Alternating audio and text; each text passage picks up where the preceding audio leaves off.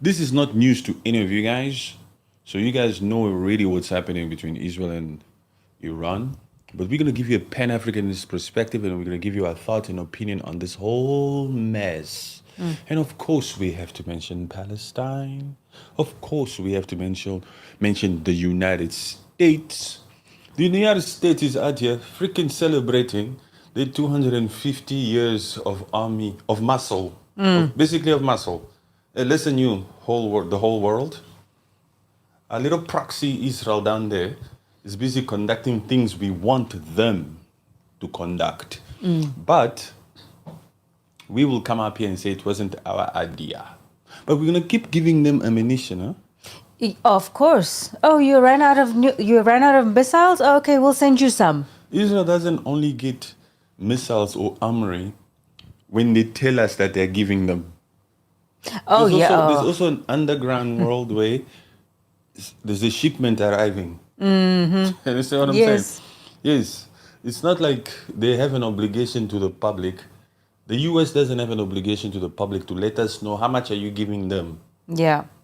In terms of weaponry. So secretively they will give.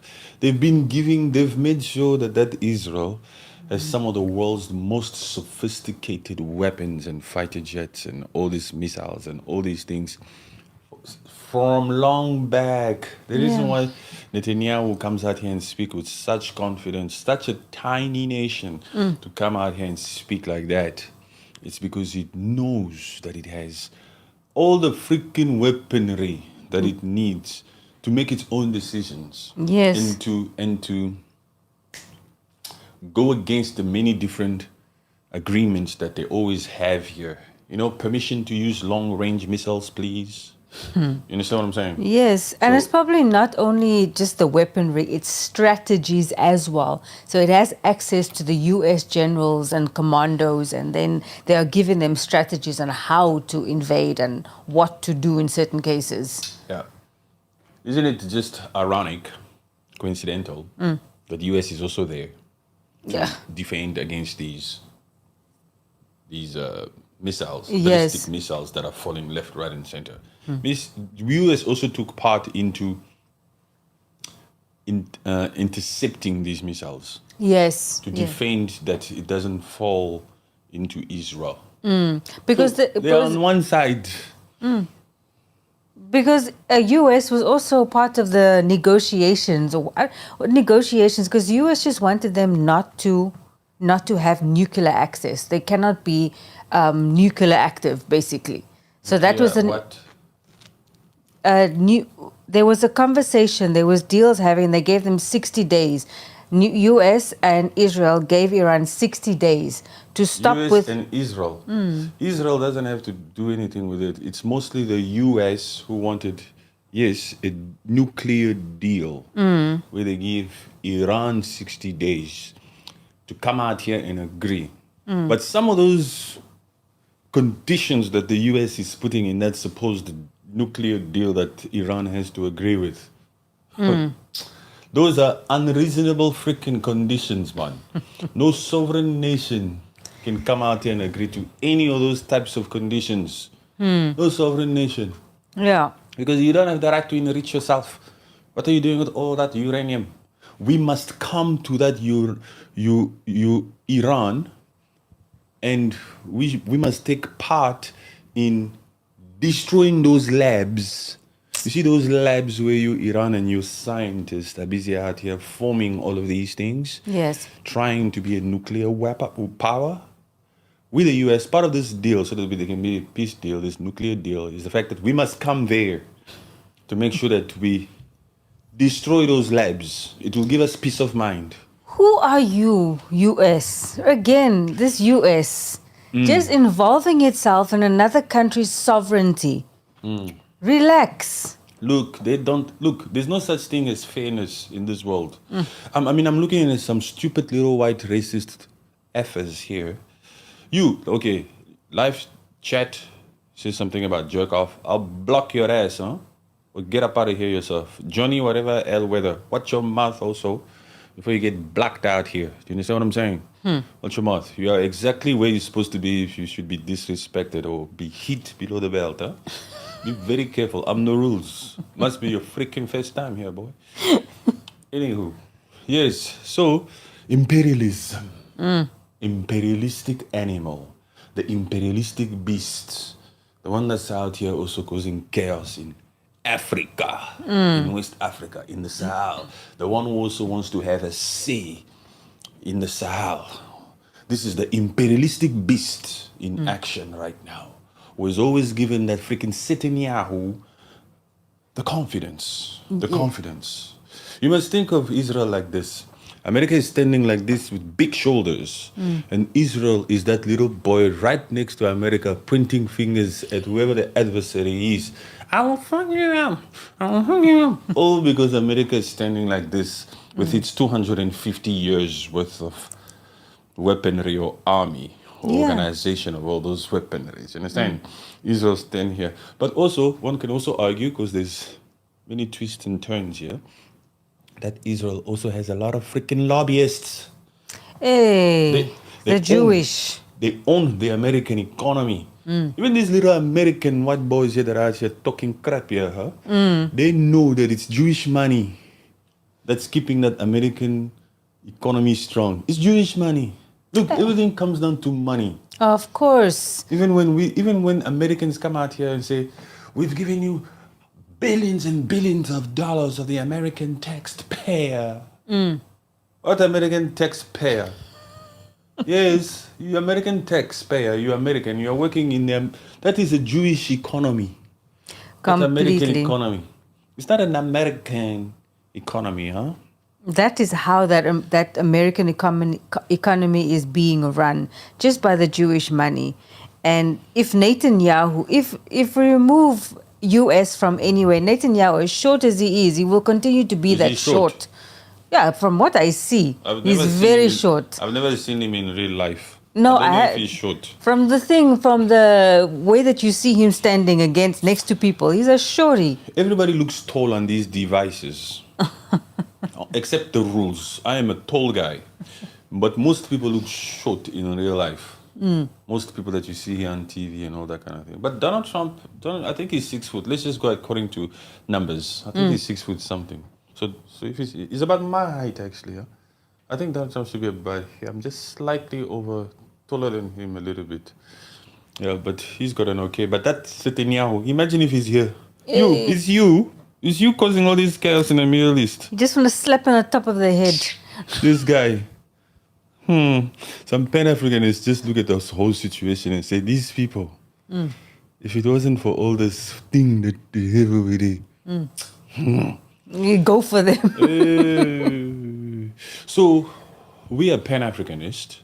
We're giving you a pan-Africanist perspective on this current global event that's taken the mainstream by storm. Mainstream media, social media, your minds, everybody, it has taken everybody by storm. We have to give you the pan-Africanist version. And the pan-African version is also, while this crap is happening between Israel and Iran, Democratic Republic of Congo and Rwanda, you people, you must shut up there because there's breaking news here.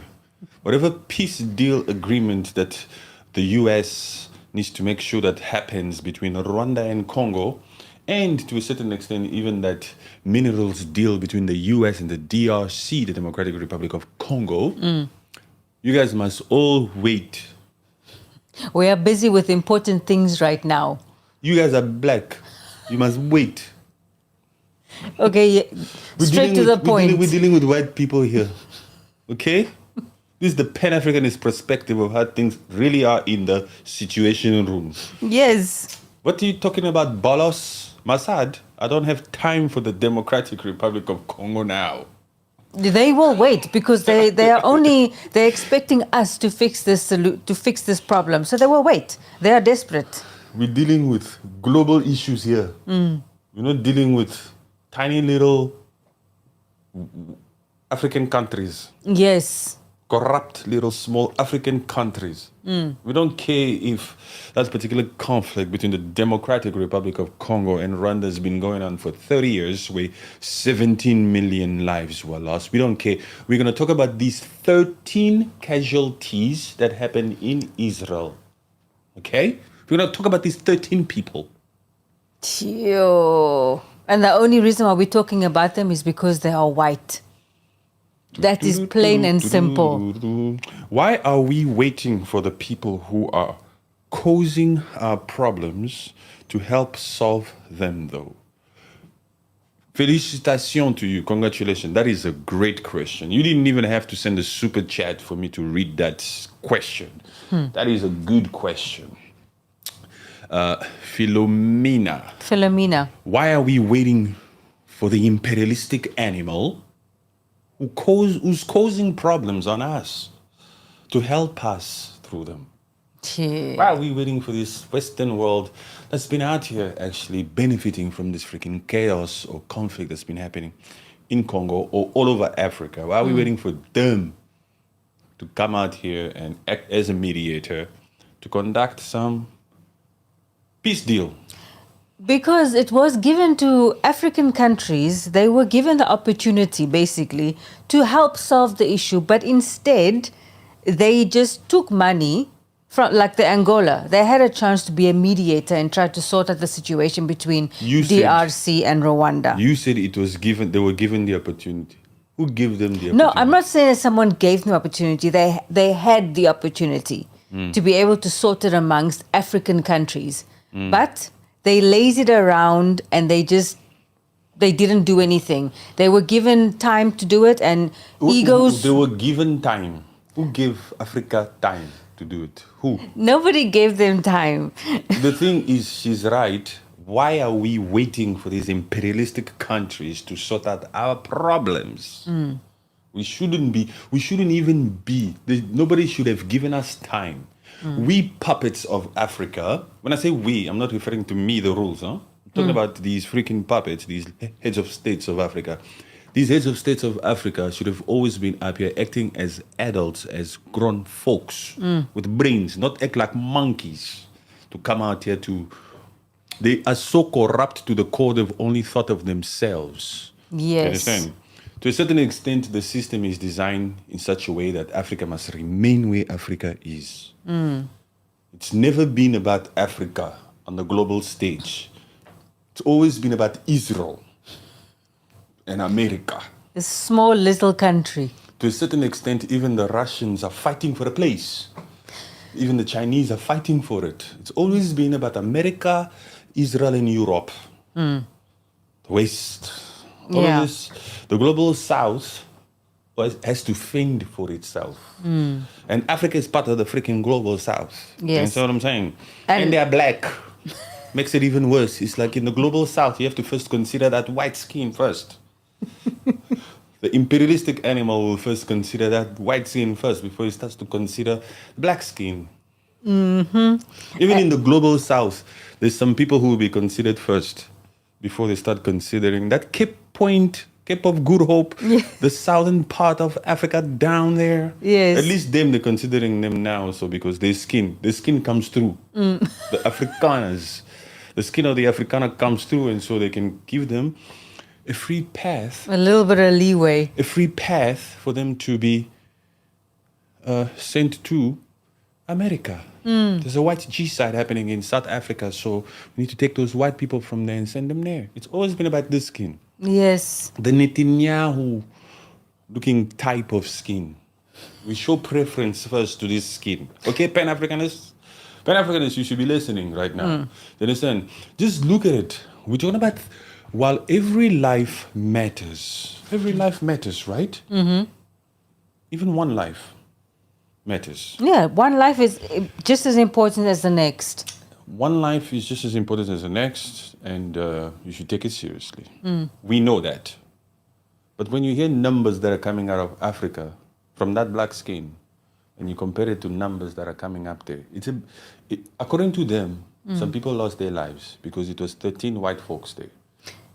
We don't care about this. You know how many, you know that number 13 when Iran sent their ballistic missiles or whatever, ballistic missiles to Israel Yeah. in residential areas. That's another freaking topic to talk about in this freaking conflict. We're going to retaliate. We're going to hit you where it hurts the most. We're going to take out your scientists. We're going to take out your top commandos and facilities here and there. But when you, and also some people got unalived. Some civilians also got unalived there in Iran. We're not going to talk about that.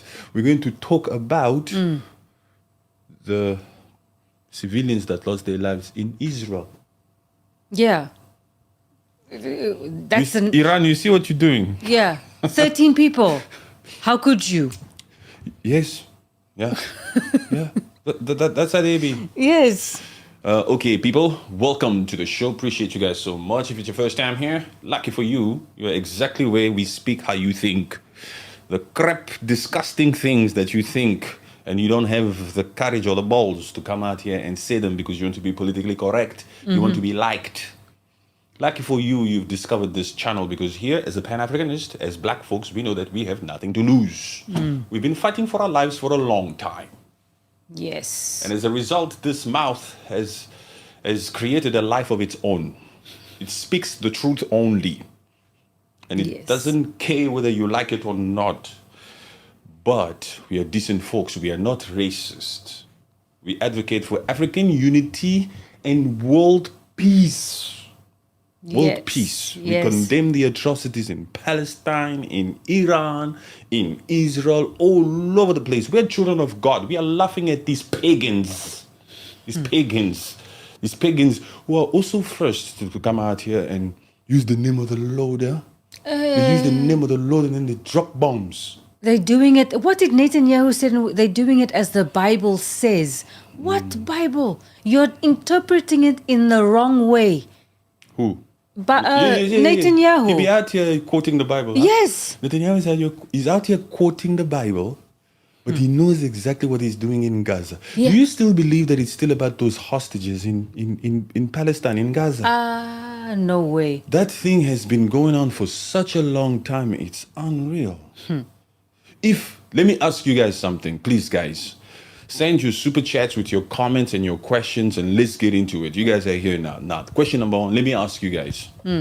How is it possible that Netanyahu, that Israel, can come out here and say that Hamas is using civilians, Palestinian innocent lives, as human shields? And so we had to take out Hamas, and those particular civilians that lost their lives are just casualties. How is it possible for Israel to say that about Hamas, not to be able to take out Hamas from Israel to Palestine, right there? Yeah. But it's possible for Israel to pinpoint when they go all the way to Iran and specifically and precisely take out only the generals, only the scientists. How are you able to precisely do that from so far? But right next door in this little freaking Gaza that you've had access to all the time, you control their food security and sovereignty basically. You're unable to go and pinpoint Hamas over there. You'd rather come out here and use excuses like they're using them as human shields. Yeah. This is where they also lose their argument when it comes to the fact that that's a freaking G-side. He refuses to. Of course, he's going to refuse actually that it's a G-side because he's doing it because he's protecting Israel. He's protecting the Jewish community. But you are just causing a whole lot of atrocities unnecessarily. They don't care. We are living in times now where finally the playbook is in action. Yes. It's a pan-Africanist perspective. Trust me, it's the real deal here. We are living in times where it's not about those freaking hostages, but you, the public, that's what we'll tell you. But we are rewriting the whole freaking thing. We are rewriting the order. Yeah. The world order. It's not about we're protecting ourselves. Those people are barbarics. Those people are like this. These things were planned decades ago. Netanyahu has been on this thing with Iran for years. Yeah. There are certain videos out here of Netanyahu himself since 2000, 2002, when he's busy accusing Iran of being almost there when it comes to the development of nuclear weapons. We're talking about 20 years ago, he was saying that at any time now, Yeah. at any time now, they could develop a nuclear at any time. And so Yeah. he was urging the Senate, the House, back then, he was urging people to take action a decade ago, 2012. 2012, Netanyahu was out here trying to convince the whole world, the international community, to come out here and take action because Iran was there at any time. Yeah, and even like today, Netanyahu did a press conference with CNN. No, with Fox. He was saying, no, Iran is developing things that could exterminate Israel, and within 6 years they would have this military power, and in 10 years they will have this much military power. We cannot have that. Israel cannot sustain. They cannot. So it's like in 10 years from now, you did a preemptive right now. And you know what's so crazy is the fact that now the Middle East is no longer the epicenter of terrorism. According to statistics, according to Michael Langley, the general, the US general to AFRICOM, that has Negro, that came out to talk crap about Capitan Ibrahim Traore, the leader of Burkina Faso, West Africa. I have a feeling the Holy Spirit is telling me now that there's a bunch of people here, perhaps from the US or from elsewhere, not necessarily from Africa. There's a bunch of people here that also don't know much about Africa. So something is telling me, as you speak on these matters, especially when it comes to Africa or West Africa, the Sahel region, I should be precise so that they know. When I say Burkina Faso, I have to emphasize Burkina Faso is a country in West Africa. Yes. Do you understand what I'm saying, my Yeah. people? Welcome. I have a feeling. I work with feelings also. The Holy Spirit. Yes. How isn't it funny now that the Sahel region in Africa is now known as the epicenter of terrorism? It's crazy, huh? Yeah. But when the epicenter was in the Middle East, it was never, situations were never this tight. Never this Situations were never tense. this tense, this serious. Even then, when terrorism was big in the Middle East, Yeah. these Western world never took it upon themselves to actually perform this action that they did now. When was this? On the 14th or the 13th? On the 13th of June, that's when Satan launched, Yes. right? Netanyahu. Not Ne. It's the S. You've been getting it wrong this whole time. Satan Yahoo is just at work and he needs to be stopped completely because that man has got a big head. He's thinking is doing it in the name of Israel. No. You know, Even the Israelis want him to stop because they also innocent lives in his own country are being lost. imagine being in Israel right now and you hear that Iran has sent 700 or 295 or 265 or 75, whatever the freaking number is. Don't worry, we're going to get into it. Iran has reportedly at least 224 civilian deaths and over 1,200. Okay, cool, no problem. I'll get to the ballistic missile. Oh, okay. Over 150 ballistic missiles and 100 plus drones rained down on Israel territory, targeting major cities and vital infrastructure. Now, at some point, Imagine being an Israeli sleeping there. Sorry. Yes. Being an Israeli sleeping there and you hear that you must go in your bunkers now. yeah, because at some point you say the Israel they're attacking specific places within Iran. At some point, those specific places that they're targeting are going to be finished, and then what? You're just going to go after civilian places right now. Sorry, please say that again. I'm saying that Israel, they started their strike on places, on certain places. That's Different for places in government Iran. places in Iran. So those places are going to run out. Where to are then? you trying to say that Israel will eventually run out of targets, Yes. non-residential targets? Yes. Israel is out here to say that we want to make sure that Iran never possesses a nuclear weapon. ever. Because if they do, like they've said before, they will come up here and want to, boom, boom, Yeah. that state of Israel, the one and only Jewish state. Yes. That's also another thing to consider also, huh? Yeah. Let's go to this other side of Israel a little bit. And because we are pan-Africanists, we call it spade a spade. We speak with smarts. We don't follow your narrative. We follow the narrative of the truth.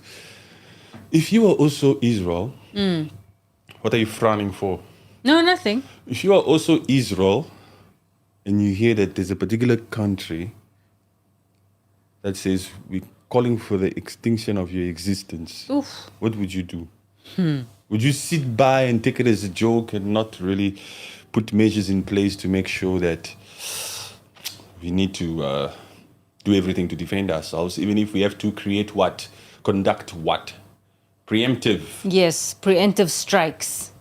They say the best defense is the best offense. Offense is the best defense. Another In basketball, they say that, huh? Yeah, another preemptive thing that Netanyahu was suggesting to do, and Trump vetoed it earlier today, saying that they want to unalive the leader of Iran. But then Trump said no, basically no, because have they actually unalived an American? The supreme leader. The supreme leader, Khamenei. Look, if they come here and say to you that that's not what they are doing, they're lying to you. Any country, even Congo, the Democratic Republic of Congo, and Rwanda, right now Paul Kagame is enemy number one of Congo. Yes. And Felix Tshisekedi is enemy number one of Rwanda. If America or Netanyahu comes out here to try to lie to you and say, no, we're not targeting the supreme leader, it's bullshit, it's crap. Even in Ukraine and Russia, the top dogs, those two heads of states, they're both enemies number one. But nobody will come out here and say it to you because what are you doing? Yeah. So you're basically out here wanting regime change, or you're basically coming out here to really take it out on this particular sovereign nation. That is a crime. That is not something to do. So no, they'll never say that. They'll deny that part. But they'll find ways around the law, around that same freaking United Nations and international law that they themselves created. They'll go around that to use freaking narratives to conduct actions. Yes. That's what they do, these people here. Another cool thing, I'm sure you guys are witnessed now, is the change in tune that comes out of the mouth of Piers Morgan now. Piers Morgan used to defend Israel in their actions a lot. In the early days Yes. of the supposed genocide that took place, that's taking place still between Israel and Gaza and Palestine. Piers Morgan used to be on the side of Israel. Yes. He used to say, so don't they have the right to defend themselves? How can Hamas come out here and do this and do this and do that and do that? Israel had to. But now he's saying himself, look, Israel, no. It's too much, huh? Because there's no end game here. You're dealing with Israel who never has an end game. And if you let this freaking dog go on, if you don't put a leash on this dog, hey, that dog will find reasons to keep doing it, to keep going it. They'll keep finding reasons. New intelligence always comes out to these folks. Yes. You understand what I'm saying? Yeah, because then every day, like before this strike with Iran recently, every time you hear this Israel doing this, and then you see, oh, Israel strikes Syria, Israel strikes Beirut. I mean, come on, Israel. Relax. In Beirut, the Middle East, and Turkey also. There was a time Turkey also brought in some warships there. Close to Lebanon because of what Israel had done in Lebanon there. But those warships only came with aid to help the people there, people being displaced here and there. Only with God help, that's why. Only with God helps, that's why. Okay, God, yes. Piers Morgan works for BlackRock. He says what he is told. Oh, really? That Black Rock runs a lot of things. Oh, that Black Rock, whew, my God, they run everything. Those ones. Those are the top dogs that tell people what to do there in this whole freaking world. Yes. So, Israel has an agenda. Yes. And the agenda is all the way. We don't have to describe what all the way means. Wasn't it crazy?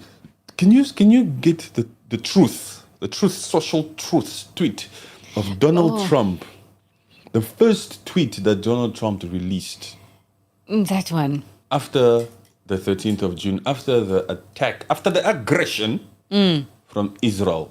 Yes. Yes, you have to say it that way. Here, we're in the business of making sure that the truth is not erased by some fake-ass narrative. Because the new narrative that I'm seeing here now is that Iran is crazy for attacking these residential areas.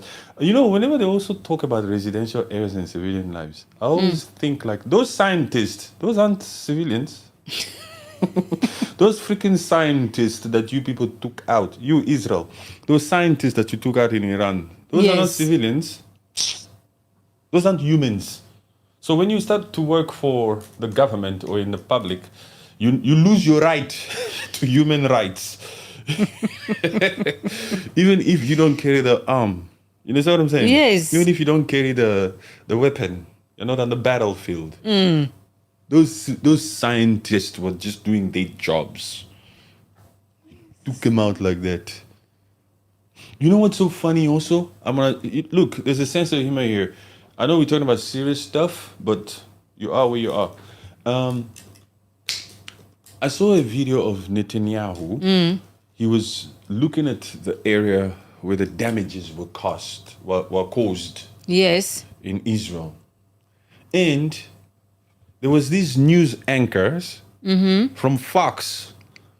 This freaking news anchor from Fox had the audacity to come out here and say a lot of damages has been done by the ballistic missiles that was sent by Iran.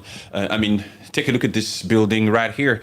The entire side of this building is completely. There's just so much damage. And take a look at this car right here. Take a look at this car. Take a look at this car. Every time they're showing me the damages that happened in Israel, I just laugh. You call those damages. Those aren't freaking damages, man. Go to Gaza. What you guys have done there, that's what you call damages. You're after Hamas, but you've destroyed every single block. They've demolished that place. Yes, it's a demolition site. This freaking enemy of a devil, evil spirit out here is out here they're out here removing the existence of those people. They're out here doing it. They're doing it. They are doing it to Gaza. That is why Trump can even say we'll call that the Riviera.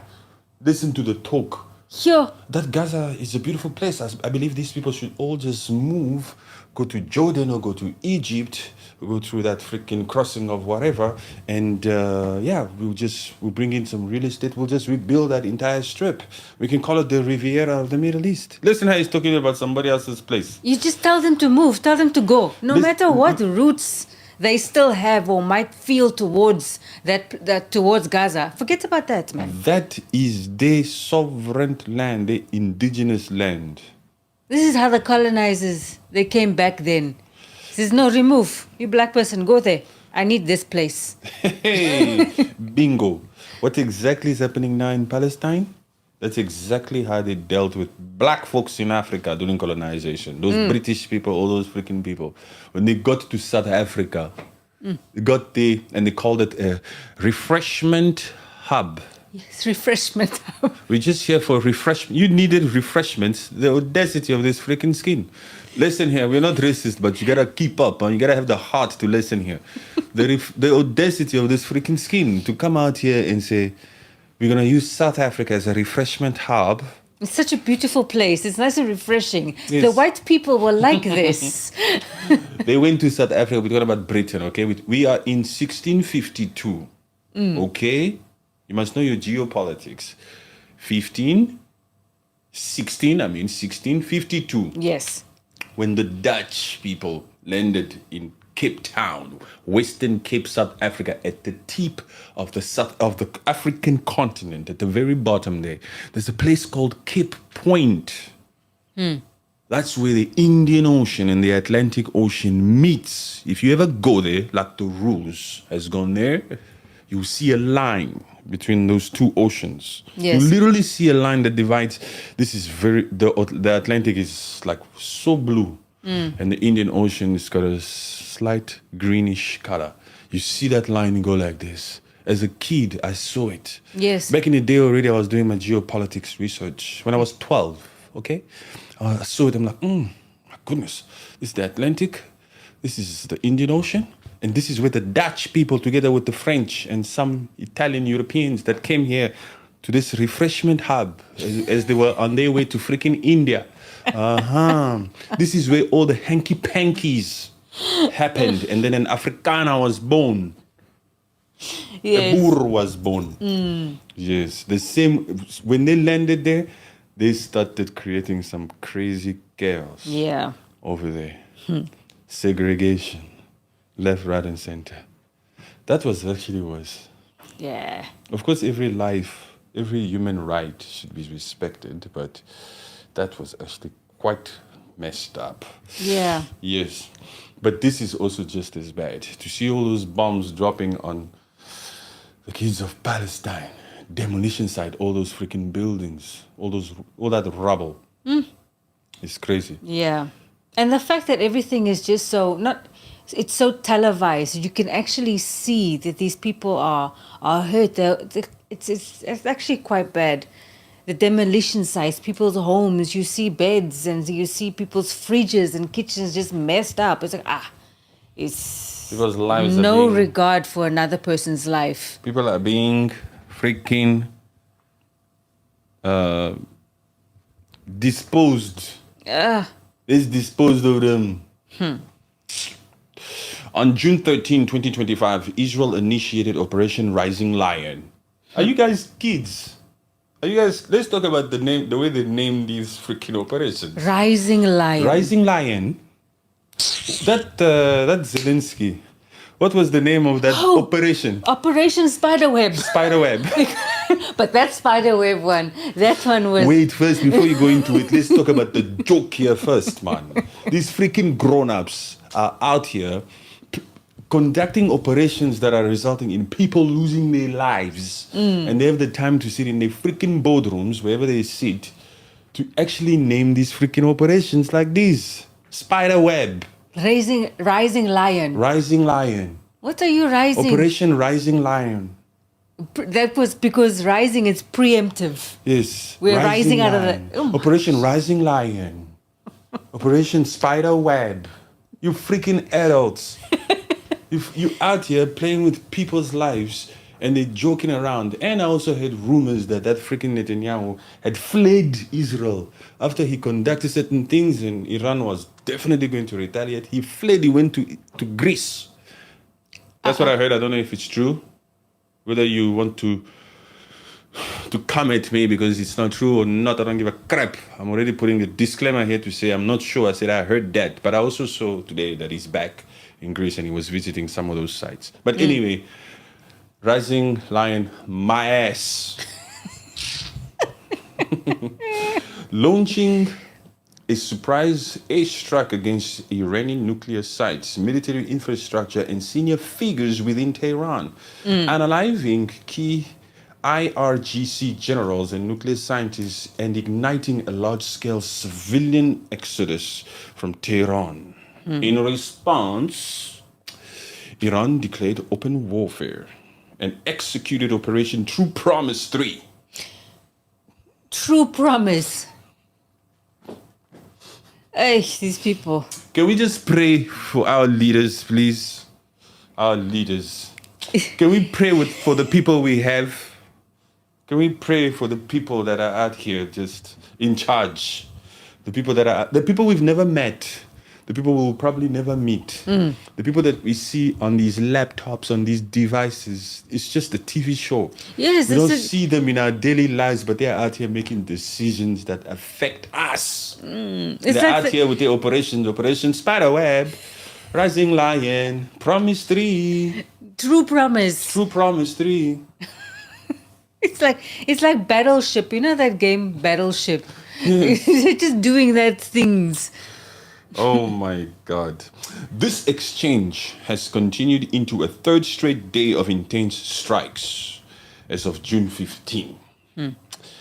Iran has reported at least 224 civilians unalived and over 1,200 injuries, with much of the destruction in residential zones. So they also, that freaking Israel also launched in residential areas.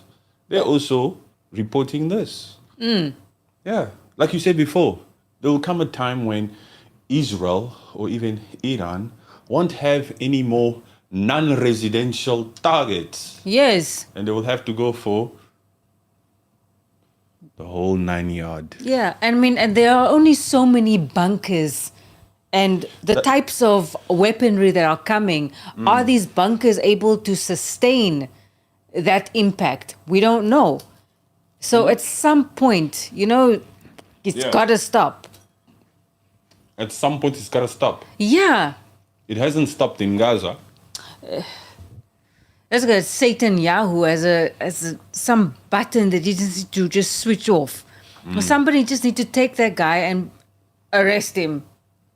They already put an arrest warrant on him. They don't care, these people, because US is allowing him to do everything. But you know that, so why are you saying somebody needs to arrest him? So just speak at the fact that even a freaking arrest warrant won't help. Yes. Because you're dealing with people who created that freaking system. You see that United Nations, that freaking institution that comes out here and talks too much, the Security Council or whatever the freaking hell it is. It was established in 1945. Those were colonial years. Yes. Independence in Africa only came in the late 1950s, with Ghana being the first country in Africa to get its independence in 1957. And then in the early 60s, Yes. that United Nations was already established a decade before that. It was established under a system that found it okay to come out here and cause segregations and allow apartheid regimes to operate in places like South Africa. You understand? Yes. That's when that United Nations was established. It's still the same United Nations today. That still wants that white supremacy all over the world. Look, they'll never come out here and act like that. But you people should know, we trust that you people have the brains to understand that we are out here taking care of ourselves. We have a plan. You people don't have a plan. This is our world. You people just live in here. And we're going to make sure that we get rid of that Andrew Tate who's talking too much about our crap. We don't care. We don't care. That freaking Andrew Tate is pissing us off also. We'll just make sure we unleash a system towards him also over there. This is our world. We do what we want to do. You people just live in here. It's true. We're going to cancel that Andrew Tate, man. That's what they keep saying. That's what they're out here doing. So who's to think that these particular institutions will come out here and look, that you see that arrest warrant they had on Netanyahu? Yeah. He doesn't even think about that. In fact, remember when he went to the US to give his freaking speech? The senators were threatened before his arrival. They told him, look here, he's coming to give a freaking speech here. If any of you guys give him a hard time, you'll be arrested. You Americans will be arrested if you don't allow this Israeli to give his speech. What the hell does Israel have on America? That Please. is the question. My people, there's a lot of you here. Please answer the question. What in your opinion, do you think Israel has on America? Please, I'm asking you guys. I believe you guys know. I don't know everything. I don't know. I don't know what Israel has on this huge country. Because Israel is just committing too many things, and the World Police of America is just supporting it. Why? There has to be a deeper issue. It's deeper. Yes. Isn't it crazy how hope my mic still sounds well. Let me just, because I pressed this button, but Oh, just double check. Okay, yeah, it's fine. Isn't it amazing how the president of the United States, as soon as he's elected and he's into office, how they have to go to that Israel and put their hand on that? What is the name of that wall, please? Please help me. Sorry, I don't follow that stuff too much. Wherever the president goes and he needs to put his hand there and go like this. I know the name, but I forgot because I'm thinking more of my Africa than I'm thinking about these freaking places. I think too much about Burkina Faso and Captain Ibrahim Traore and these things. What do you call it? The Western Wall? the Wailing Wall. The Wailing Wall. Lord M, God bless you. God bless you. Thank you, Lord M. Appreciate you. The Wailing Wall. Yes, the Wailing They Wall. go there. The American president has to freaking go there. Even Barack Obama. I know you're a Negro. Go in touch.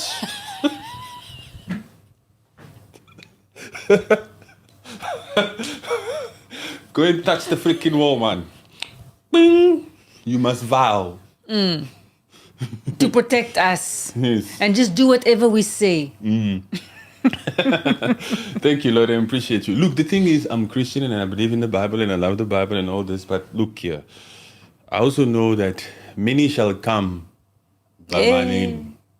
They'll quote the scriptures to come out here and do some atrocities here, left, right, and center. And it's not just Christian. These humans that we're dealing with, these humans will be out here, will push their own agenda and say whatever they need to say. I said, no, but the Bible said it's okay. I followed the Bible and this is how I interpret it. Yes. So anyway, 224 casualties in Iran. Some of them also from residential areas, including top scientists and top generals. Okay, 224. Israel has confirmed approximately 14 fatalities and hundreds wounded due to the Iranian missile salvos. These salvos. Both sides are striking each other's nuclear, military, and oil facility infrastructure. Israel warns of a prolonged campaign to eliminate Iran's nuclear capabilities. Iran threatens even harsher reprisals if Israel continues. Yay. Oh. And if Iran says that, and they know that we don't know all their capabilities. Who? I'm sure Iran. We don't know all the capabilities of Iran. Yes. We also don't know all the capabilities of Israel. No. But the thing is casualties. Casualties. It's a regime change type of assault here. They hate each other to the core. But you should be very careful with that, Israel. The plan of Israel is to, yes, they want regime change in Iran. Everybody knows it's not a secret, it's nothing crazy. It's vice versa. Also, Iran doesn't like that Jewish state. Yeah. We know they hate each other to the core.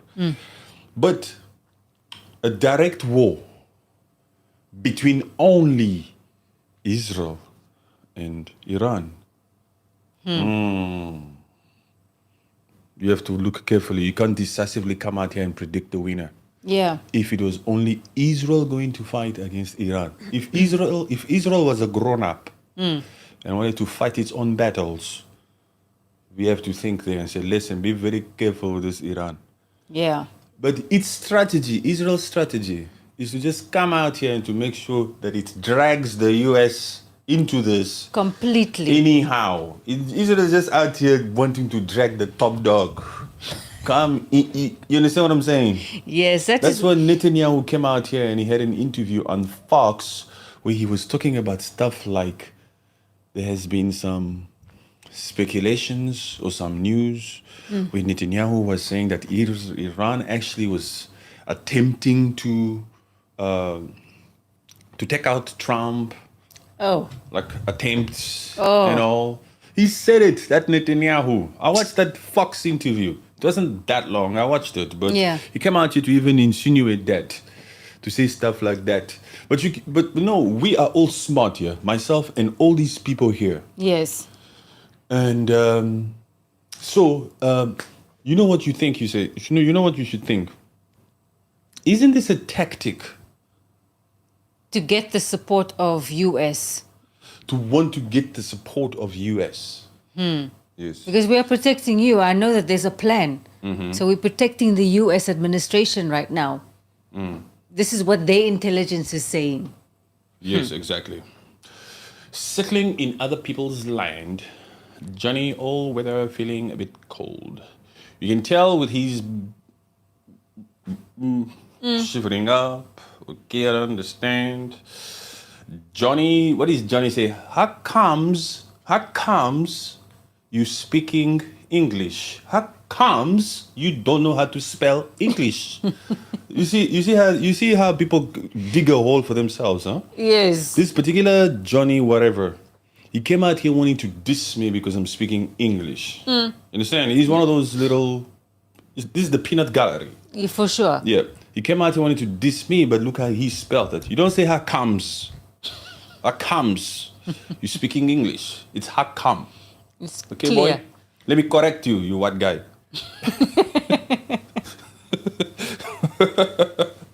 It's nice when they just do it to themselves, huh? I didn't ask for it. Internationally, the conflict has rolled oil markets, unsettled global financial systems, including African economies like Egypt, and drawn condemnation and urgent calls for de-escalation from the EU, G7, Turkey, Australia, and others. It's already disrupting all of us. Yes, of course. People are scared that the oil prices are going to rise dramatically. If a full blown out war was to take place, that would happen and it Yeah. would affect us all. Even you, Djibouti, some countries out there are so quiet. They just don't talk. Because You- Djibouti doesn't actually have to talk because there's so many bases there. They are Yes. protected either way. Djibouti doesn't have to talk. It's got so many foreign bases. Yes. US, Japan, France, all the bases. We've surrendered. Any African country that has some of these developed nations' military bases in there, those bases control everything about that African country. Yay. From a Pan-Africanist perspective, we have to also understand that this affects us. Some people are still out here just focusing on their little Gabon. My friend, that war up there is going to affect that oil you have in that Gabon. Yes. Yes, that Gabon. The puppets in Africa are already thinking, oh. It's going to hit my pocket. But you know, the puppets of Africa, they know how to make money when shit like this hits the fan. What do you mean? Hey, corruption. A corrupt leader is not somebody who just steals from what is there. No, a corrupt leader is the one who makes sure that he's going to use this system to his advantage. Oh, Okay, so maybe he has spare oil, so he's going to sell it to another country, maybe. yes, he will not follow this freaking system. Yes. They will conduct things the way they want to conduct things. They are corrupt. Yes. I wish we could have somebody who knows more about corruption to just come out here and give us the ins and outs of ways in which some of these African puppets are corrupt. Please teach us. You'll hear things that shock you, huh? Something so They're basic. jumping for joy right now. There are some people right now that are jumping for joy. You see, we decent people that are out here are like thinking about this. Most importantly, we decent people. We average people. I know I'm wearing an AP, but I'm average. We average AP people. It's just an AP. This is small. But there's some people in this world who are happy that Yes. this conflict is on because they're going to make money. It's also profitable. It's especially profitable for them. Some people were hoping that the mess that almost happened between India and Pakistan would actually happen. Yes, yes. It's almost like that scheme of, that you always see when something happens. There's that person that will always open a stall there and say, sell the T-shirts, support Gaza. Yeah. It's something like that. There will Yeah. always be a plan to make money. Actually, I think we need to give props to Indians and Pakistanis. Because they did it. Because nicely. those are grown-ups. Yeah. Do you understand what I'm saying? Yeah. If you're from India, you come from a great country. You have smart leaders. If you're from Pakistan, I admire you guys. They're You not guys- selfish people. You guys have smart leaders. You guys are not in the business of measuring dick sizes. You guys think with your brains. You guys have smart leaders. You India and you Pakistan. Well done to you guys. Because these grown-ups were able to enter into a real situation room. And figure it out. Yes, and figure it out. There was some exchange, but already calm. Break time is over.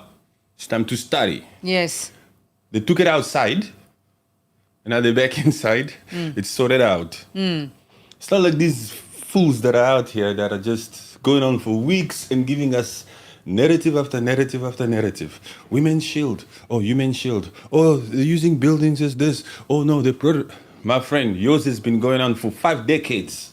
For 5 decades, your crap. You are always right. You've been right for 6 decades. You understand what I'm saying? Yeah, and it's like oh that. my God. It's also like that Rwanda and DRC thing. They don't want to sit together at the table. They don't want to see each other. So how are things going to be solved if you can't have a one-on-one conversation and say, okay, fine, Rwanda, remove your troops. That is the only way the peace deal is going to go on. No, Rwanda says no. It's a security concern for my border. That Rwanda has been stealing from the Democratic Republic of Congo. That Rwanda has a lot of thieves. Yes. They believe in stealing in that country. They've been surviving on it. And their survival depends. Listen here, I'm not being funny. I'm a funny guy, I know, but this is the truth, okay? I believe it, I know it, I've seen it. They are thieves. There's no other way to put it, no other way to sugarcoat it. It's the truth. The Rwandese don't have any freaking morals, even as people themselves. I don't hate them because I'm a pan-Africanist, but I call a spade a spade. We cannot unite apples and oranges. Yes. We want a united Africa, but these Rwandese must do a better job to come out here and call their own Paul Kagame out for the crap that he's doing in Congo. The reason why this supposed peace deal between Congo and Rwanda is still not happening is because Rwanda, like you said, doesn't want to remove the RDF, the freaking troops, from Congo. That RDF that's been out here to make sure that it creates a perimeter so that it allows thieves, hyenas, to continue to loot the creme de la creme of the Democratic Republic of Congo. Yes. And that M23, that rebel group that likes to act as a freaking freedom fighter, is the reason why this peace deal between Congo and Rwanda is taking too long. Yes, Rwanda knows that as soon as America can come in here and have a true legal relationship between itself and Congo for a minerals deal, in exchange for security, Rwanda cannot do anything. That statement that we've always made out here to say that Rwanda's survival depends on looting the Democratic Republic of Congo, its resources, is true. Yes. This is why Rwanda doesn't want to leave the Democratic Republic of Congo. It's not because they're so scared that FDLR, those Hutus extremists, will come to Rwanda and force some form of regime change. No, it's not about FDLR. It's never been about FDLR. It's about the money. Yes, that's the song to sing here. Yeah, that's the song to sing here. It's about eating. Yes. It's about eating. It's about food. Those ones, the only hope for Rwanda. Because nobody's coming to Kigali. Visit Rwanda what? There's nothing to visit there. Even if you go to that freaking Rwanda, you're going to visit Congo's gorillas. Those are Congo's gorillas. You stole it from Congo. You stole those gorillas from Congo and you want the world to come out here and visit you. For what? Anywho, that's Rwanda. So even them, they'll find ways to benefit from this freaking conflict that's happening. Yeah. I'm telling you. Especially them. That's why Rwanda can come out here and say, America, we don't mind taking some of those despicable humans over there. They're up for anything. Send us those despicable humans. Yes, we will house them. We will host them. Rwanda, relax yourself. You can't love money so much. You people, you worship money there. Huh? You'll do anything for money. Yes. Why Africa should care about Israel and Iran conflict? Why should Africa care? A pan-Africanist perspective, economic ripples and energy security. Economic ripples and energy security. Global oil and gas markets are on the edge. Prices spiked by 9% following the initial Israeli strikes. For energy import, dependent African economies like those of Egypt and South Africa, this translates to rising fuel costs, inflationary pressure, weakening currencies. For example, Egypt's pound has dropped significantly, and a fresh squeeze on household budgets and national budgets. Yes, South Africa is already. Nobody would think that. Huh? A normal working South African, a citizen who's walking there, he thinks in his mind, "Oh, Israel and Iran. Oh, shame." Yeah. And he just goes about his daily day. It's not going to bother me. And then he gets to BP garage or engine garage. Caltex. He parks his small little Tess, a Toyota. This South African parks his small little Toyota, that Toyota from the 1990. Those tiny little cars. Yes. Full up, please. Full up. You don't know the price went up, huh? Okay, let me full up. You will pay today. Full up, pay. The guy is shocked. Hey. What happened? He wants to criticize Cyril Ramaphosa. It's not your president. It's what's happening in the Middle East. Okay, African people. Hello, my Africans. Good, because that's why people don't take note of what's happening. They will just carry on with their merry ways and then just like, ripple effect. What ripple effects? So why are you using words like ripple effects? We are in South Africa. Hey. Those ballistic missiles cannot come here. It's not coming across my country. It's coming to your pockets. It's true. Continent-wide moral and diplomatic stakes. African governments such as Namibia. You know where's Namibia? Namibia is next to South Africa. It's a neighboring country to South Africa. Yes. And fun fact about Namibia. They were part of the...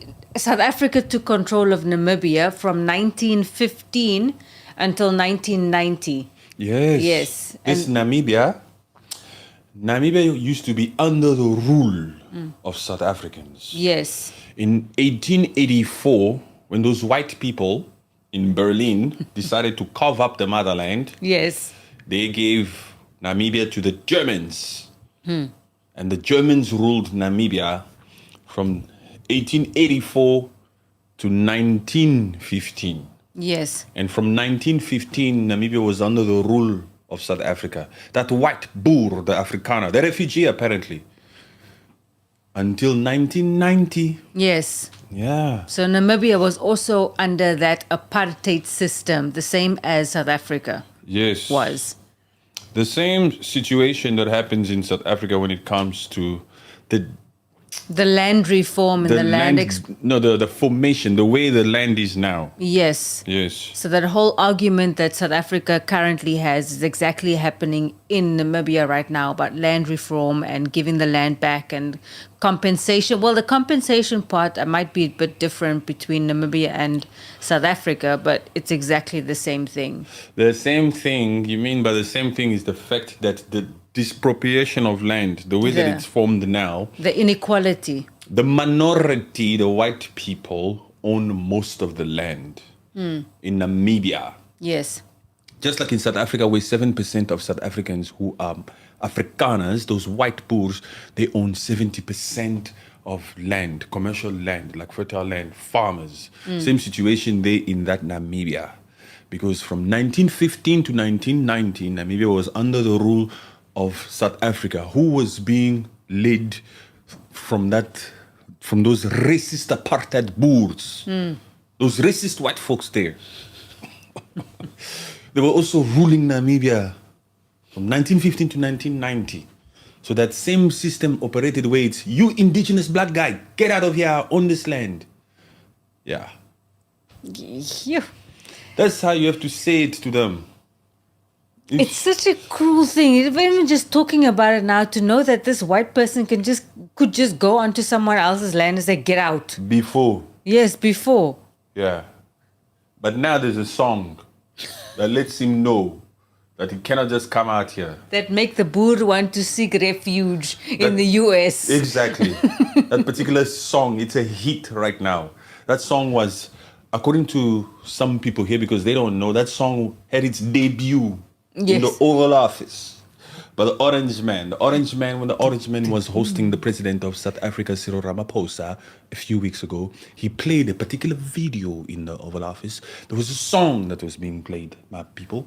I'm talking like this because I have a feeling that there's a lot of Americans here. Yeah. Understand? And they don't know a lot about Africa. So and by the way, Nigeria is not in South Africa, okay, Americans?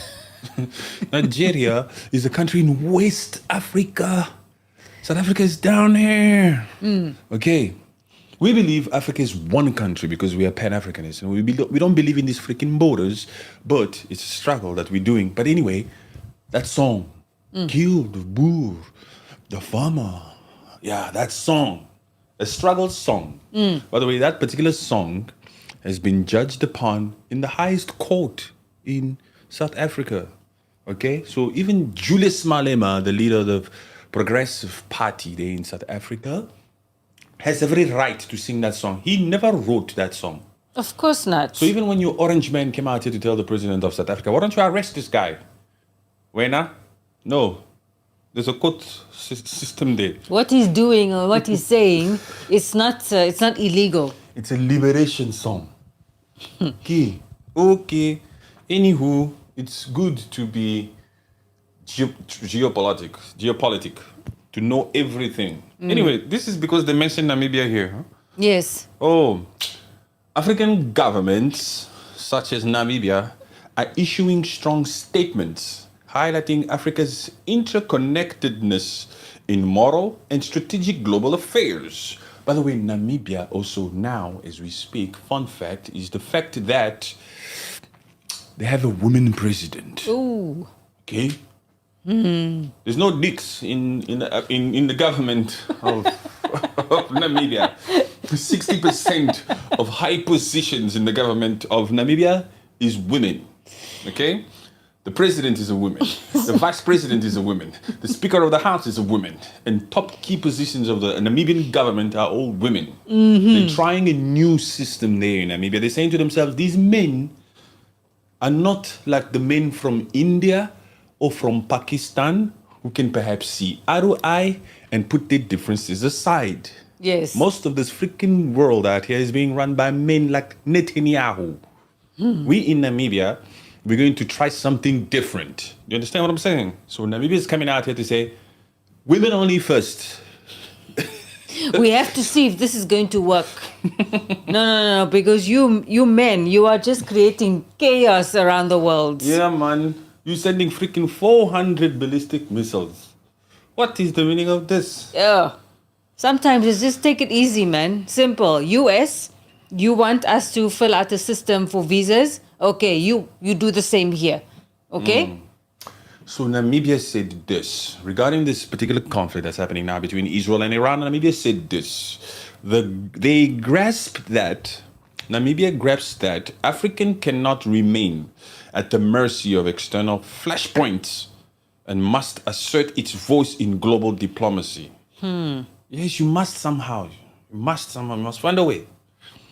But you can only find a way also if these African countries come out here and create a big bloc. One block. Remove all these other stupid blocks. It doesn't matter. United Nations must just be dismantled. Not United Nations. Sorry, African Union needs to be dismantled from the beginning. Even that EAC, SADC, ECOWAS, and just form one thing for Africa. Yes, but let's start with a bloc at least that's got 30 countries. Yeah. Not 10. That's not a block. That's a cookout. The puppets of Africa are here creating cookouts, like I said. Yes. Cookouts, and they call them blocks. You see, when 12 African countries come out here and create a block, they call themselves ECOWAS, African Community or something. What? Eastern African Community. Yes. Or SADC. Those little blocks. Yes. If it's got 6 countries or 8 countries or 12 countries, you must know there's 12 puppets that go to the same cookout. That are just eating together. Corruption to the core. To the core. Those are cookouts. Those aren't blocks. And the only thing, what we need, basics of what Africa needs: food sovereignty, technology. What's the third one? It's energy. Energy, yes. Renewable energy. Yes, that's what we need. Gaddafi should have been more careful. Why didn't Africa help him? Because Africa was doing the same thing when it was against Thomas Sankara of Burkina Faso, and they are still doing the same thing when the West is out here pushing wrong freaking narratives on Captain Ibrahim Traore, who wants sovereignty, real sovereignty or self-reliance vibes for the people of Burkina Faso. Yes, Africans have a tendency to just be sleeping. Okay? They are my people. I can talk about them like this. I'm not the type of pan-Africanist that will come out here and just uplift them for nothing. Uplift them for nothing, man. Look here, we need to call a spade and come out here and hold each other accountable. Yes. They're out here full of corruption. Yeah. And Captain Ibrahim Traore shows us that it's possible. It shows us that it's possible. Coming out here, kicking out the French, the colonizer, and all these imperialistic neo-colonialism systems that were put in place there in Burkina Faso. So it's possible. Yeah. But these puppets would rather just be awarded state visits. Come and stay at the Blur House, William Ruto. Take some pictures.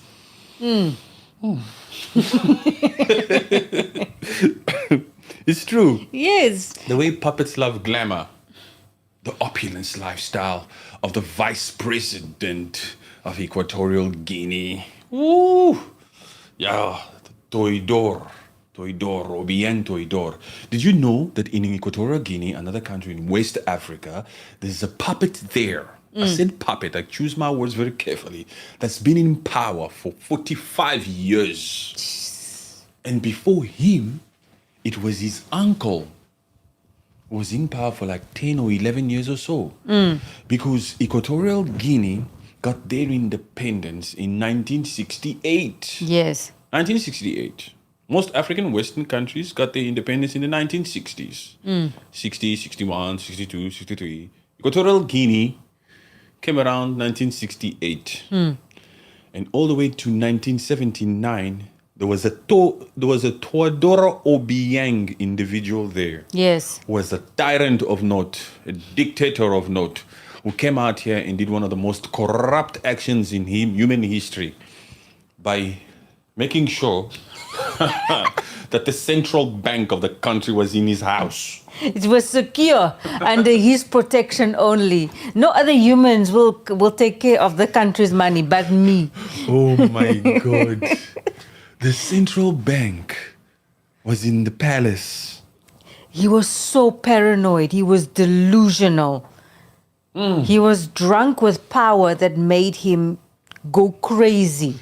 We're dealing with wicked spirits Yo. in Africa. Wicked spirits. People that don't give a crap about human lives. They're out here only for themselves. Shortly after that, his own nephew in 1979 did a coup on him. Put him to trial, and then he was executed. He made sure that his own uncle was executed. And he took power in 1979, and he is still the current president till this day in Equatorial Guinea. 45 years later, the same family. Basically, since Independence Day, since 1968, it's been the same name. Yeah. From uncle to nephew, same name since 1968 to 2025. And it's possibly going to be for the next, because the vice president of Equatorial Guinea is the son of the current president, Teodoro Obiang. Yes. So, and the vice president of the president is the son. Yes. Who will take power after the father, and he's the one who lives in different hotels. When he goes to the UN General Assembly, like the one that happened in New York about a year and a half ago, he stayed in a hotel there that costed $75,000 a night. Where are you getting this money? And he puts it on his Instagram. He takes a picture walking around his suite that cost him $75,000 a night. He's walking around the suite and he's looking at New York. The vice president, his Instagram, he's on freaking jet skis and yachts. Motorcycles, Ferraris, cars, left, right, and center. But that family's been in corruption from the 60s, from a long time ago. And certain individuals or certain American institutions helped them to be able to stay in power for so long. Yes. All those money laundering ways of how they were dealing with things. That entire family. Anyway, that's them. The story of a puppet can go on forever. The story of how corrupt a puppet can be. Yeah, the story of a corrupt puppet will take this whole freaking live stream. You'll forget about Israel and Iran. Hey. You'll be like, that's a true pan-Africanist perspective. We're in West Africa now. Let's just stop with Equatorial Guinea. Because there's too much. There's too much. If we go to Ivory Coast, if we come back into Nigeria. Yes. No respect for any of these freaking puppets. So anywho. Opportunity for African unity and diversification. Analysts note that this crisis, this Iran and Iran crisis. Israel and Iran. What did I say now? Iran and Iran. Iran and Iran. Yes. Iran and I said that? Yeah. Okay, this Israel and Iran crisis could accelerate pan-African cooperation, boosting intra-African trade via FCA, please, expanding ties with non-aligned powers and reinforcing intelligence and security collaboration to buffer against external shocks. Yes, they should come to themselves. They should come to some realization to say, look here, we are not even in control of anything. But even worse, when they start to fight among themselves, we can't even act as mediators. It affects us still. Yeah. The destiny of African countries.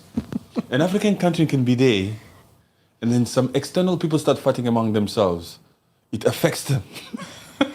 No control whatsoever. It's like, it's like your hands just go to the, just Fingers crossed. Yes. Fingers crossed for life, you African puppet. Fingers crossed. Doesn't matter how many decades you stay in power in that Uganda, Museveni. Fingers crossed. There's nothing you can say to Israel. There's nothing you can say to Iran. Fingers crossed. That's because you puppets, you African nations, you are not united. You're not one big block. You out here entertaining each other in different cookouts. In ECOWAS, in East African whatever community, in SADC. You need to unite, puppets. The egos of those puppets will never ever unite. They all want to be called His Excellency and President. Yes. You don't want to be governors. I guarantee you there's some puppets out here, they probably love it when they hear me say, he's a dictator. That's right. You better recognize. Understand, huh? Yes. They'll never come out here and admit it. That they love it when we call them dictators. It's the intentions of most African puppets to be seen as a dictator. You have to fear me, huh? Because if you don't, you'll try to be smart. You need to fear me somehow. Yeah. And the best way is if you believe that I'm a dictator. So keep preaching the message that I'm a dictator. Tell all those Pan-Africanists and those activists and that Patrick Ruse to continue to say that about me. I'm telling you, there must be a thing about them that strokes their ego. When they hear us activists, unapologetic activists, come out here and say the truth, like that's a dictator. They like it. It's true. I think so. Let me see. Let me try to put myself in the shoe of a dictator. If I was out here, and because dictators, they just get their way, huh?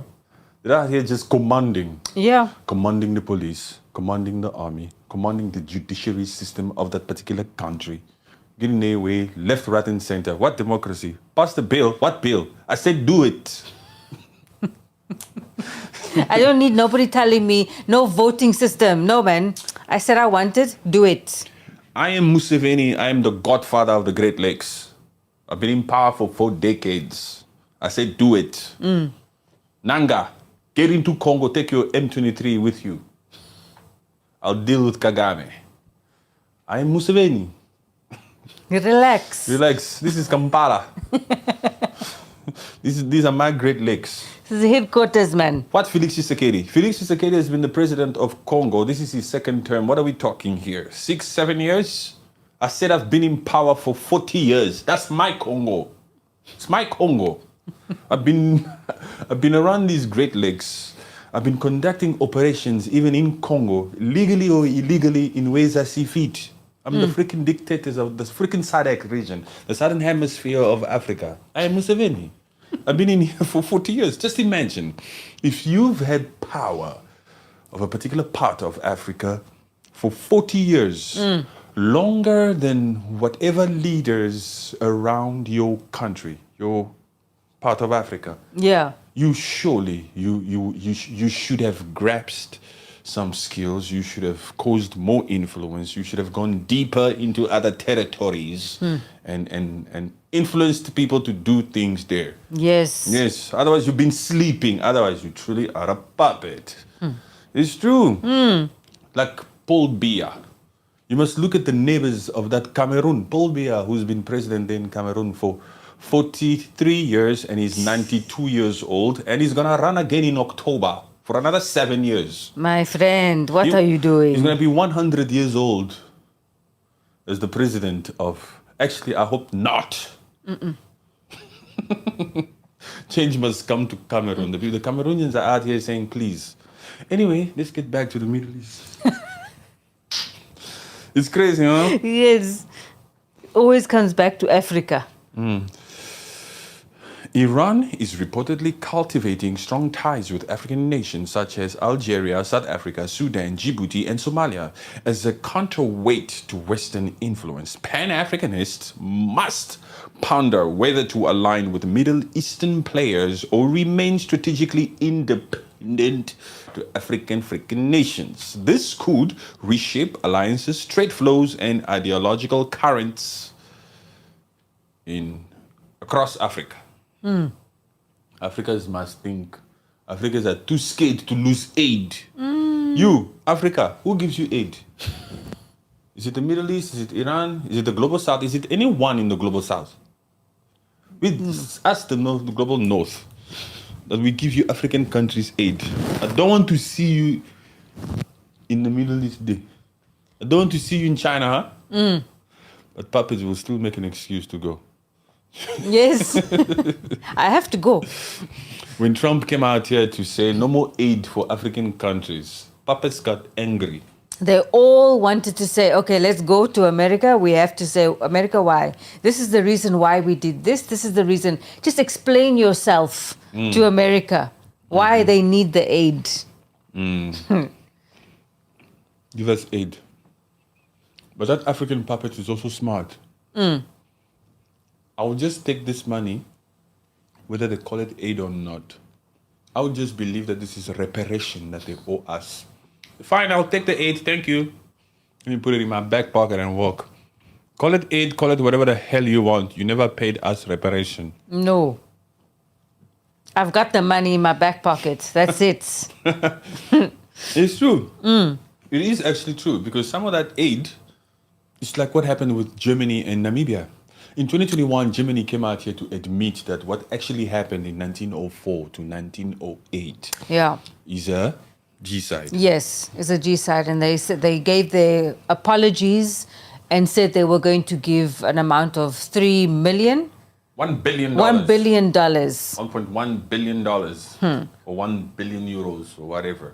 Germany came out here to say, we will give you. We recognize that time in history as a genocide where over 100,000 indigenous Namibians lost their lives because of the brutality that we imposed upon you guys in 1908, 1907 to be precise. Apologies, we'll give you $1 billion, but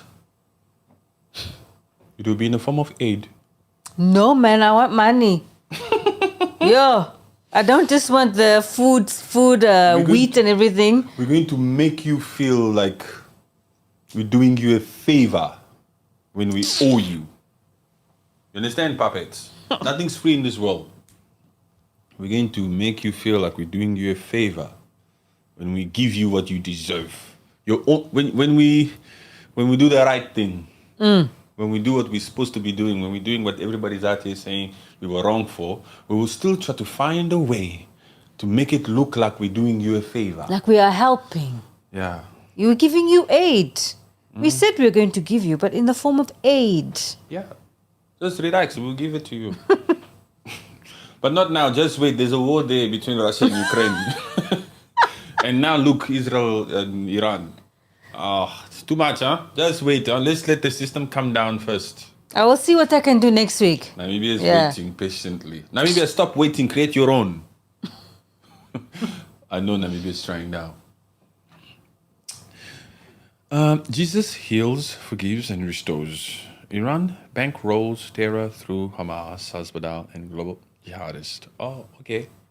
But JP, some people believe Israel, what? From Israel came to the cross, the resurrection and salvation. The Gaza came suicide vest. My friend, you look here. Let me tata to you. Let me speak to you for a second. JP, don't be foolish out here, huh? Do I have your attention now? I didn't tell you to come to this live stream. You decided to come here. You're being foolish here. Even though that land, they talk about that's not that land that they talk about in the Bible, huh? No. Those ideologies, those foreign policies are not foreign policies of the.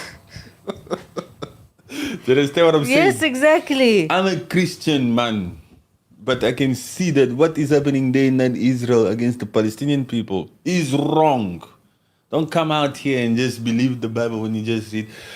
Look here, our problem is not with the Jews. Not at all. Especially true Jews who follow the word. Our problem is not with them. You can't come out here and act as if just because he's in Israel, that's Netanyahu, that's because he's in Israel, you think he's operating from the word. His mentality is wrong. He is acting for, he's just reacting, and he's reacting in a bad way. And using the Bible as his source. The many shall come by my name. Even God says they will use my name to try to convince you. Don't believe them. You must have a spirit of discernment. Yes, they'll come there in God's name. They'll come there. They'll use the Bible. They'll quote scriptures. By the T, to the T. Yes, like JP is doing here.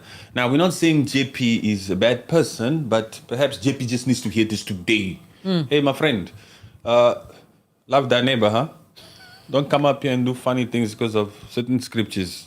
Hey, yeah. You must love thy neighbors. You must do unto others as you would love others to do unto you. Let's just be decent folk out here, man. Jesus forgives. Go and tell Netanyahu to forgive those Hamas. Or go and tell Hamas to go and forgive the thing is, don't bring the Bible out here and to try to justify certain causes. And say, no, it was said. It was said, what? Netanyahu said, if someone is trying to unalive you. Netanyahu said, if someone is trying to unalive you, strike first. That is what the Bible says. Yes. What? Please. The Bible says you must turn the other cheek. I say, if somebody slaps you here, you must turn the other cheek. It's not up to you to judge. It's not up to you to take revenge. Let Heavenly Father himself fight your battles. But they're not saying be stupid out here. Use your mind. Yes. But when you come out here and decisively do this to somebody else, because everything that's actually also happening here, you can bring it down to our small little lives and how we deal and interact with one another in social life. You understand what I'm saying? You can't be out here just because I noticed that you're about to do something. And then I struck at you. What you doing? I didn't do anything. I had a feeling. I have evidence. It was a preemptive strike. The way you looked at me up and down, I could tell that left hand of yours was about to swing this way. So I had to swing mine. Hey, It's preemptive. that doesn't give you the right, my friend. Look, the thing is, why do we have free speech also? That police officer in America must stand there and take the crap. Yeah. You can't come out here and say and act. You must have the willpower. Because it's whoever hits, even in our daily life as we drive in certain countries. Yeah. If you do the knocking, even if it was somebody else's fault, but if you do the knocking, they look at you first already. You knocked. The damages is on you. You striked. Yes. First.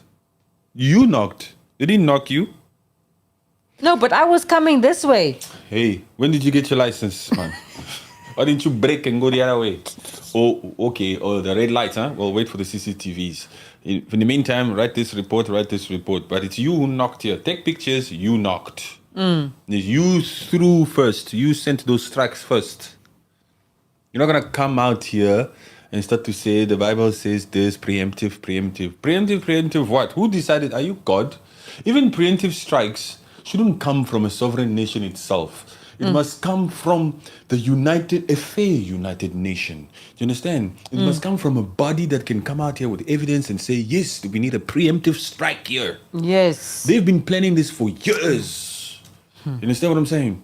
For a long time, they've been planning this. So, you should have gone to a designated institution that has the right to assess the whole thing and say, yes, we need to do this. Not just anyone. So anyone can just come up here now and just say, this is Operation Spider Web. Operation, in Africa, they're dealing with Operation Aina. Rwanda is out here conducting Operation Hyena. We're going to steal all the natural resources. Some people that have operations Rising Lion, Spider Web, True promise. Polkagami, stealing hyena. Yes, this is getting to the creme de la creme of the Democratic Republic of Congo and loot. That's your operation. Been ongoing for 30 years. Yeah. Anywho, JP? Anyway, JP? She's JP? Hey. JP, by the way, that was a response that you got without even sending a super chat. You've done all of this so far. All of what? All of these texts. Yeah. But look here, that's a 20 minutes run we gave you. Okay.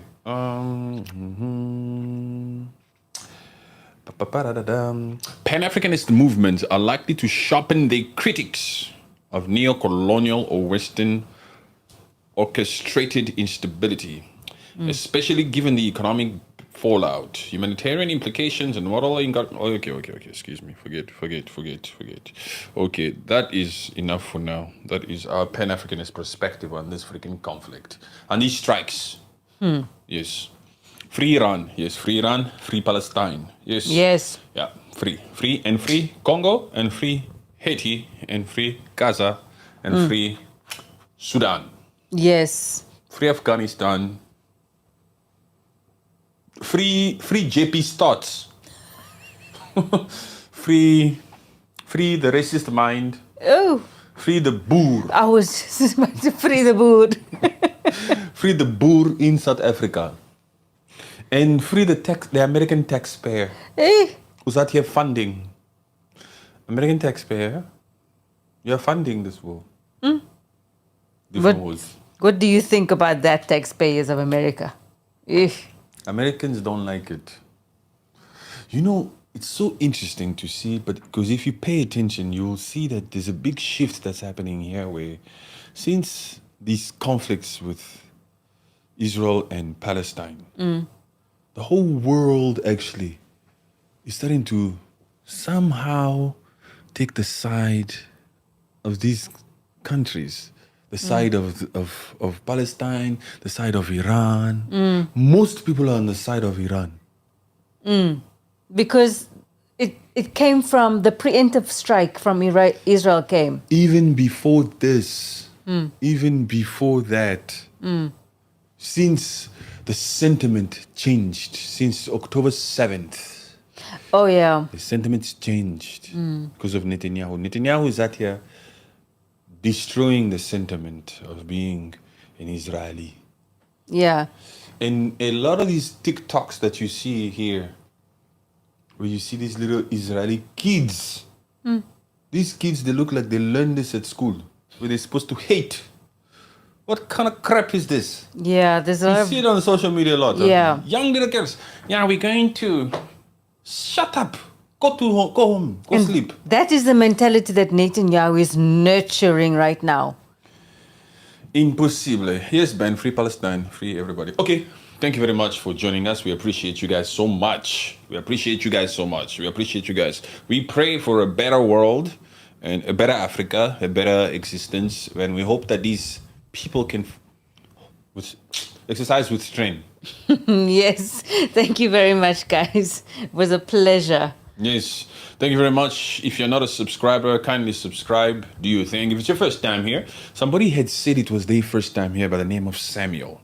I saw that, but I didn't read it, and he said he was enjoying the stream. So, thank you very much. I hope you've subscribed.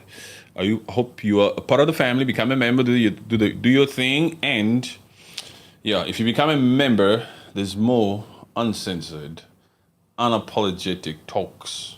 Yeah. A different setting, all of the above, you'll really enjoy. If you're interested in the pan-Africanist perspective, subscribe. Thank you for that like. Appreciate you. All of the above. And JP, take it easy, huh? Take it easy with your mind. You must love every human. Yes. Okay, JP. JP, you don't have to defend yourself. You don't have to defend yourself. I see you writing here like crazy, copy pasting also. Look, you don't have to defend yourself, JP. Hey, JP. Relax, JP. Ben is calling him out, saying you're copy pasting. Yeah, Ben is calling him out. Thank you for liking the live stream. Thank you for liking. Appreciate you. Double tap, subscribe. Welcome. Appreciate you guys. Okay. Boom. Perhaps tomorrow. Yes. Yeah. Much love. God bless. Later.